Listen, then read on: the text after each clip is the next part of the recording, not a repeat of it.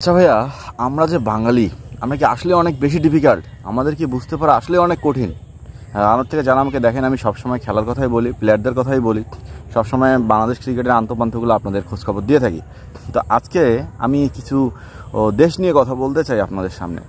আচ্ছা, বাংলাদেশ দ্বিতীয়বারের মধ্যে স্বাধীন হচ্ছে, আমি মানছি।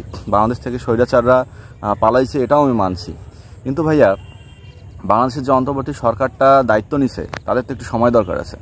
তাদের তো একটু সময় দেন, তারা সব কিছু ঠিক করার জন্য তো একটু সময় চাইছে।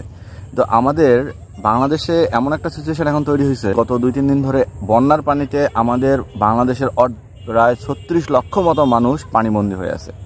এই পানিবন্দী হওয়ার ফলে বাংলাদেশে এমন একটা বন্যা, বিশেষ করে ফেনী, পটুয়াখালী, কুমিল্লা, এমন একটা বন্যার সিচুয়েশনে পড়ছে যে তাদের কাছে গিয়ে সাহায্য করার মতো তাদের কোনো ওয়ে খুঁজে পাওয়া যাচ্ছে না। ভাই, আমরা বাঙালি, আমাদের বাঙালিকে কতভাবে আপনারা মারতে পারবেন? প্রথমে ভাতে মারছেন, এরপরে কাপড়ে মারছেন, এরপর গুলি করে মারছেন, এখন পানি দিয়ে মারতেছেন। ভাই, সম্ভব না আমাদের পানি দিয়ে মারা। 36 লাখ মানুষ পানিবন্দী হয়ে আছে, বিপদে আছে, কিন্তু 36 লাখ মানুষকে উদ্ধার করতে বাংলাদেশের 17 কোটি বাঙালি কিন্তু ঝাঁপিয়ে পড়ছে। 18 কোটি বাঙালির মধ্যে 36 লাখ আছে, তো এখন 17 কোটি প্লাস বাঙালি কিন্তু ঝাঁপিয়ে পড়ছে। আমরা যার যে স্থান থেকে আমরা সহযোগিতা করতেছি, আমাদের দমে রাখা যাবে না ভাইয়া। হ্যাঁ, আমাদের এই করুণ অবস্থার ক্ষেত্রে আমাদের যে ক্রিকেটাররা আছে তারাও কিন্তু এগিয়ে আসছে। পাকিস্তানে টেস্ট খেলতেছে মুশফিকুর রহিম, সেখানেও বন্যার্তর জন্য কাঁদছে। পাকিস্তানে লিটন কুমার দাস আছে, সেখানেও বন্যার্তদের জন্য তিনি সাহায্যের হাত বাড়াই দিছে। আমাদের তৌহিদ হৃদয় সাহায্যের হাত বাড়াই দিছে। আমাদের খেলোয়াড়রা কিন্তু ম্যাক্সিমাম প্লেয়ারই এখন পাকিস্তানে অবস্থান করতেছে, তারপরও তারা বসে নেই।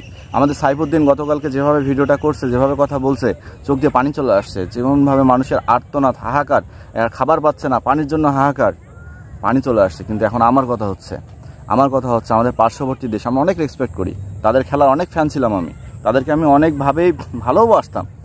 কিন্তু ভাইয়া, রাজনৈতিক দিক থেকে আপনারা এতটাই নিকৃষ্ট মনের মানুষ, এটা আমি জানতাম না। কারণ বাংলাদেশে আপনারা জানেন যে আপনাদের বাঁধগুলা খুলে দিলে বাংলাদেশের একটা অঞ্চলের অবস্থা কী দাঁড়াবে, বা একটা অঞ্চলের মানুষের অবস্থা কী দাঁড়াবে, সেখানে কোনো নোটিশ নাই, কোনো সাবধানতা নাই, কোনো সতর্কীকরণ বার্তা নাই। আপনারা একটা রাতের মধ্যে বাঁধ খুলে দিলেন, আর এখন বলতেছেন এখানে বৃষ্টি, ওখানে বৃষ্টি, এখানে বন্যা, সেখানে বন্যা, শাক দিয়ে মাছ ঢাকতেছেন। রানআউটের পেজে যারা আমাকে দেখেন, বা রানআউটের চ্যানেলে যারা আমাকে দেখতেছেন, তাদের উদ্দেশ্যে এবং তাদেরকে বলতে চাচ্ছি, ভাই, আমরা দমিয়ে থাকার পাত্র না। 36 লাখ মানুষ পানিবন্দী আছে, তো কী হয়েছে? বাকি 17 কোটি 44 লক্ষ মানুষ যে বাইরে আছি, বা তারা সবাই মিলে এই মানুষগুলোকে বাঁচাবো, এবং তাদেরকে আমরা অবশ্যই তাদের এই যে দুর্দশা অবস্থা আছে, পরবর্তী অবস্থা আমরা পাশে দাঁড়াবো, যে যেখানে পারি, যে যেভাবে পারি। দেখা যাচ্ছে আপনারা পঞ্চগড়ে আছেন, আপনারা নীলফামারীতে আছেন, আপনারা রংপুরে আছেন, যাওয়া সম্ভব না, ভাইয়া, ডোনেশন করেন, অর্থ ডোনেশন করেন। কারণ টাকা থাকলে সবই হবে এবং সবার পাশে দাঁড়ানো যাবে। এবং বাংলাদেশের ক্রিকেট বোর্ড থেকে শুরু করে যত ক্রিকেটাররা আছেন, সবার কাছে অনুরোধ জানাই, ভাইয়া, আপনারাও এগিয়ে আসেন, ফান্ড দেন। আমাদের যারা ভলান্টিয়ার ভাইরা আছে, আমাদের যারা ফাউন্ডেশনে ভাইরা আছে, বিভিন্ন ধরনের কন্টেন্ট ক্রিয়েটাররা আছে, তারা যেখানে গেছে, তারা যেভাবেই সাহায্যের হাত বাড়াই দিছে, আপনারাও এগিয়ে আসেন, তাদেরকে অর্থ ডোনেট করেন। তারা যেভাবে পরিশ্রম করতেছে, অর্থ ডোনেট করেন এবং দোয়া করেন। ইনশাল্লাহ আমরা এখান থেকে বের হয়ে আসবো এবং আমাদের আবারও বাংলাদেশটা সুন্দর হবে।